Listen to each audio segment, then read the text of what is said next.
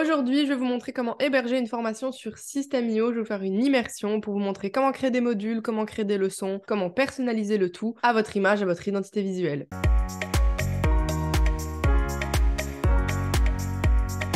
Beaucoup reprochent à System.io de ne pas être assez personnalisable. Moi, je trouve ça totalement faux. System.io, il peut être personnalisé avec Canva, tout simplement. Vous allez créer vos visuels sur Canva et ça va vous permettre de, après, les insérer en tant qu'image, que ce soit dans vos espaces de formation, que ce soit dans vos newsletters, etc. On peut personnaliser System.io comme on le souhaite. Et moi, personnellement, avant, j'ai utilisé Sendinblue, j'ai déjà utilisé Mailchimp, j'ai déjà utilisé ConvertKit, j'ai déjà utilisé MailerLite. Franchement, je les ai quasi tous utilisés. Et je pense que System.io est tout aussi personnalisable que les autres outils. Il n'y a pas de personnalisation en moins. Je trouve qu'il y a autant de choses que l'on peut faire sur System.io que sur les autres plateformes. Donc, n'hésitez pas aussi à vous abonner à ma chaîne YouTube pour pouvoir voir les différents tutos de la plateforme, pour pouvoir apprendre à l'utiliser. C'est vraiment, oui, de la technique dans un premier temps, mais pas de panique. On apprend vite à l'utiliser correctement. Et c'est en travaillant sur la plateforme, en toujours testant, qu'on finit par de plus en plus se perfectionner. Donc, franchement, c'est pas très compliqué. En 2-3 mois, j'ai vraiment appris à gérer toute la plateforme de fond en comble, surtout qu'en fait, elle regroupe plusieurs plateformes en une.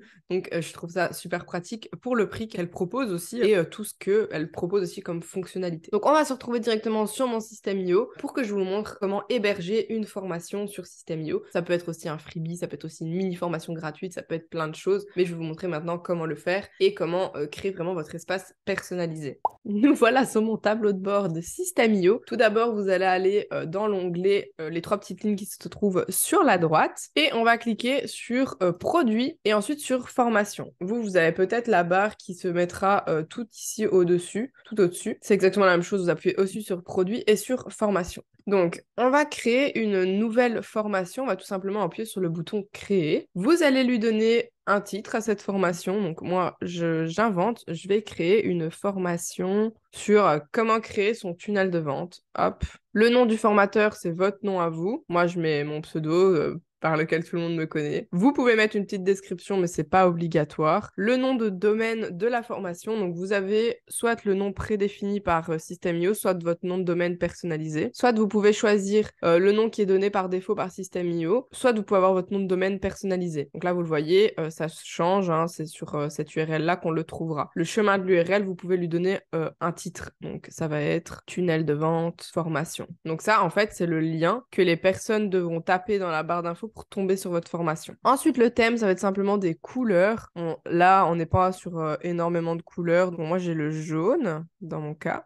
Hop, vous pouvez mettre noir si vous le souhaitez, voilà. La police, donc là, on a toutes les polices Google par défaut. Il y aura peut-être pas la vôtre. Je vous conseille la Poppins, en fait, parce que c'est une des plus basiques. Moi, c'est ma typo de mon identité visuelle. Vous pouvez mettre un logo, une image de couverture de formation et page de vente. Vous pouvez sélectionner une page de vente parmi les pages de vos tunnels de vente déjà de System.io, par exemple. Mais là, c'est pas obligatoire non plus. On peut avoir la possibilité d'afficher les titres des modules pour les élèves ou non. C'est une petite option supplémentaire. Et là, ça, c'est pour le tracking des pubs Facebook ou pubs Google, etc. Donc ça, c'est un code à ajouter, par exemple, pour le pixel Facebook, pour ceux qui connaissent la pub. Et ensuite, on va mettre sauvegarder tout en haut à droite. Par défaut, elle est désactivée. Donc, je vous conseille de directement l'activer, sinon vous allez oublier. Hop, et on va cliquer dessus pour faire les modifications. Donc là, quand vous allez arriver comme ça, vous allez arriver sur une page vierge. Un conseil que je vous donne, créez d'abord tous les modules. Donc, un module, qu'est-ce que c'est? Ça va contenir des leçons, simplement. Donc, ça va être les grosses parties de votre formation. Ça va être vraiment les thèmes de votre formation. Donc, on va créer le module 1. Vous pouvez mettre le titre si vous souhaitez. Moi, je vais juste mettre module 1 parce que c'est une fausse formation.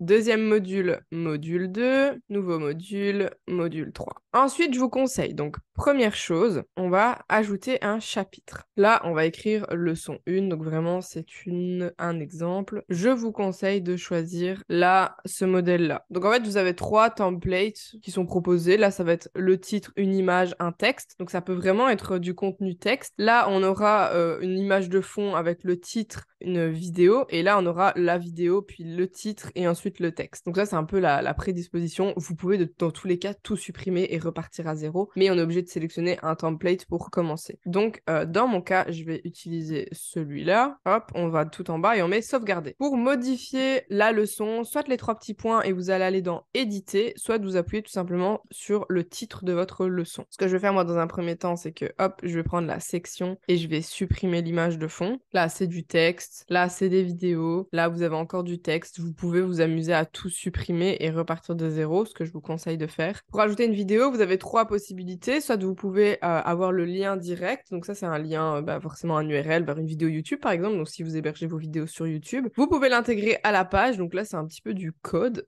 Vous ne demandez pas comment on fait. Ou on envoie un fichier. Donc là, c'est directement, hop, vous allez pouvoir uploader une vidéo. Attention, les types de formats sont MP4, OGG ou WebM. Il y a beaucoup de vidéos qui sont en .move, MOV. Ça ne rentre pas en compte, ça ne marche pas. Donc, vous pouvez les mettre sur CapCut et en fait, en les exportant, ça se remet en MP4. Donc, je vous conseille cette manip-là à faire, qui est gratuite. Et du coup, vous pourrez l'importer à partir de ce moment-là en MP4. Si pas, vous pouvez les mettre sur YouTube et mettre l'URL en fait juste ici. Attention qu'on ne peut pas ajouter de vidéos qui sont plus grosses que 2 gigas. Donc voilà, en fait, je vous conseille de tout simplement créer une leçon type, un modèle en fait, que vous allez tout simplement après dupliquer pour pas tout le temps refaire les mêmes manips, pas tout supprimer, etc. C'est beaucoup plus simple. Ensuite, je décale ma petite tête, on va mettre enregistrer et quitter. Et donc, vous pourrez le faire comme ceci, il faut ouvrir les modules, on va mettre dupliquer, confirmer, on aura la copie, on va la descendre, la faire glisser jusque là, 3 petits points, paramètres, et on change le titre. Voilà, on sauvegarde. Attention, là, vous le voyez, le petit V, il est en gris et on le voit que c'est inactif. Pour activer les leçons, vous allez sur les 3 petits points et vous appuyez sur activer. Et donc, c'est toujours comme ça. À chaque fois, vous pouvez dupliquer, vous ajoutez vos leçons à l'intérieur, vous faites toutes les modifs que vous avez à faire. Et comme ceci, vous pourrez héberger votre formation. Vous pouvez créer les modules, etc. On peut ajouter un élève individuellement. Là, vous voyez la liste des élèves, vous créez un nouveau module, vous pouvez voir la formation. Attention que les leçons doivent être bien activées parce que si vous mettez voir, vous verrez comme si vous étiez un élève. Donc, on peut pas avoir la vue vraiment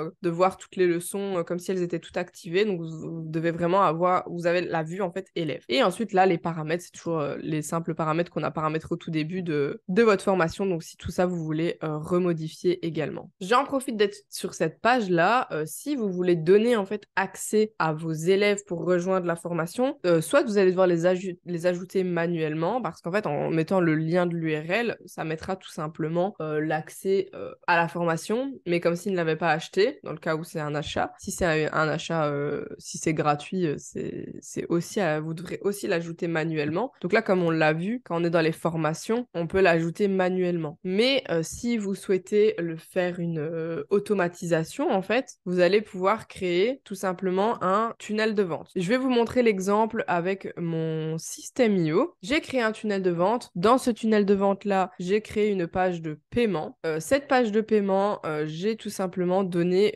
accès à la ressource de la formation System.io Power. Donc, on voit que moi, j'ai fait ma page de paiement. Ensuite, dans la page de paiement, on a la partie ressources. J'ai donné accès à la formation System.io Power. Donc ça, c'est suite à un paiement. J'ai également rajouté dans les règles d'automatisation, lorsqu'une nouvelle vente se produit, que j'ajoute le tag System.io Power. Attention que la version gratuite n'avait droit qu'à un seul tag. Donc ça, je vous préviens. Par contre, si c'est une mini-formation gratuite, par exemple, là, on va par exemple avoir la page de capture. Donc là, c'était pour une communauté. Mais on peut tout simplement avoir, dans les règles d'automatisation, quand la personne s'inscrit sur la page d'opt-in, on va ajouter une action et on peut l'ajouter un cours, voilà, inscrire au cours, et on choisit par exemple comment créer son tunnel de vente, accès total ou contenu distillé, et on sauvegarde bien, attention toujours bien sauvegarder sinon ça ne s'enregistre pas, et donc là ça peut être à partir du moment où la personne s'inscrit sur une page de capture, on va lui mettre la règle d'automatisation de s'inscrire au cours, hop, accès total, et on sauvegarde. Bon là, moi, c'était pour une communauté, donc ça ne s'applique pas. Mais vous avez ces deux versions-là pour automatiser l'accès à votre formation. Attention que dans le cas où vous faites un un accès